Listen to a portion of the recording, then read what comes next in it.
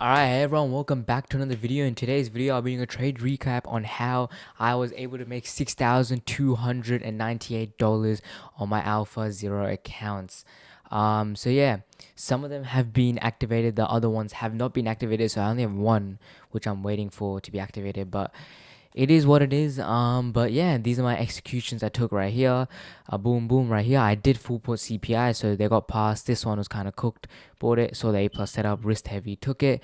Waiting for this one to get past contracts, whatever. There's an issue apparently with Project X, but it is what it is. I'm gonna wait. But yeah, let's go trade recap. Easy, clean day today. But yeah, so going into the day, if we go to the higher time frame, let's start off with, we are low-key kind of ranging. Like we've been more bullish. Like I was more bullish going into the day as well. Clearly obvious, more bullish, just high time frame narrative. 15 minute on NQ, we opened, pump up, we had CPI, so pretty nice CPI candle right here. Price came down. What did we do? And yeah, I mean, look, I was still bullish going into the day. Dropped down to the 5 minute. I was looking for some entries. There was actually a SMT here and presented that you could have taken to the highs. And I'm pretty sure a lot of people got break even on this trade. Like, oh my god, continuation's high, guys. We got this nice displacement, enter. And then you could have low key, I'm being dead ass. I would have, if I was going to take this trade, I would have targeted like this high here. I wouldn't target this high because this could act as a protected high, which it did act as a protected high. And then just fully like dump, clearly acted as a protected high, and then dump lower, lower, lower. Which, yeah, that's why I don't actually target highs. And it wasn't actually a CPI high. Like that CPI was actually there. It got hit. And then like we kind of went higher. So if I was gonna take longs, it would low key be like the wick just before the high, because that was protected. But yeah, like this.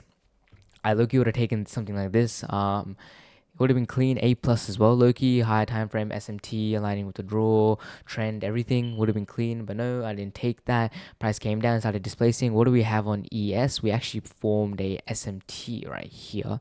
If I go to the 5 minute time frame right here, we actually did form a SMT. Wait, where is it?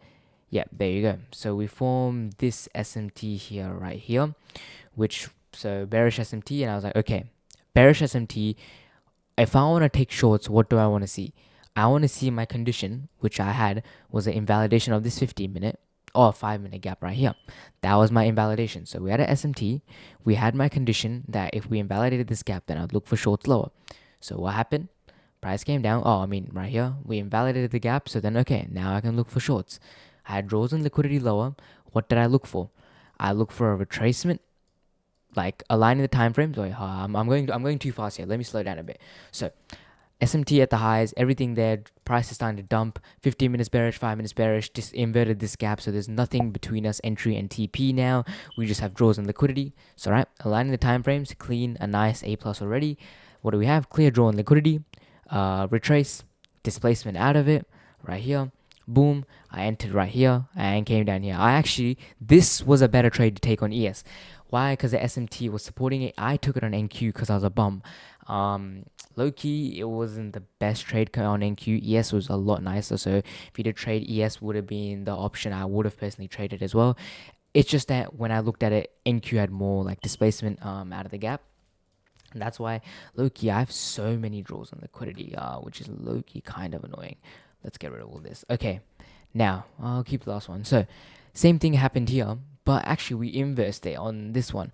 And you might be wondering, why would you enter if we technically invest it here?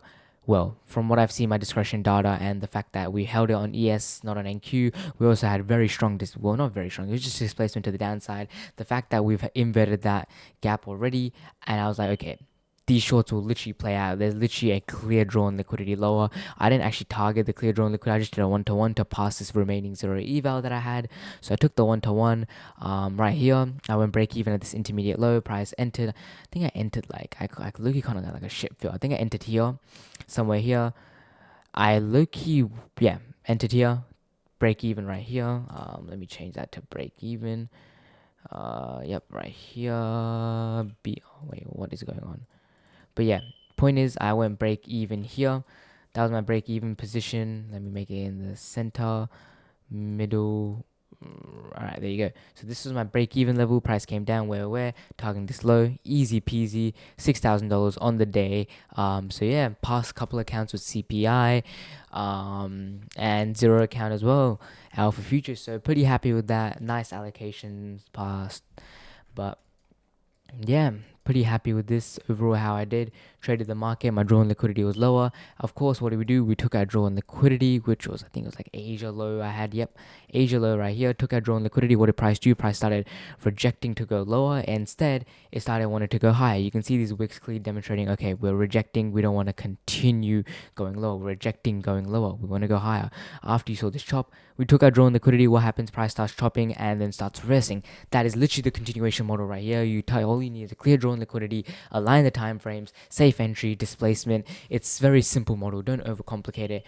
Literally one-to-ones like a bank. I could have taken these on X phase. Again, I don't actually have X phase right now because of TradeSync, but we are back to slowly scaling this time. I need to fix my psychology a bit, but we're gonna slowly scale back up now, which I don't mind. But yeah, pretty easy day right here. $6,000 PNL. Just waiting for the accounts to come through, but it is what it is. Haps, I guess. Happy with the day. But yeah, I was more bullish starting off, bearish, SMT, invalidation, my condition held, everything was there. I took my trade, A plus trade. Amazing, very happy with it. If you guys do want to learn how to trade like me, I'll put a link in description in my Instagram. Actually, go to my Instagram, go to my bio. You can apply for my one-on-one mentorship if you guys do want to learn day trading from me personally. But yeah, if you guys do want to learn that, you can join.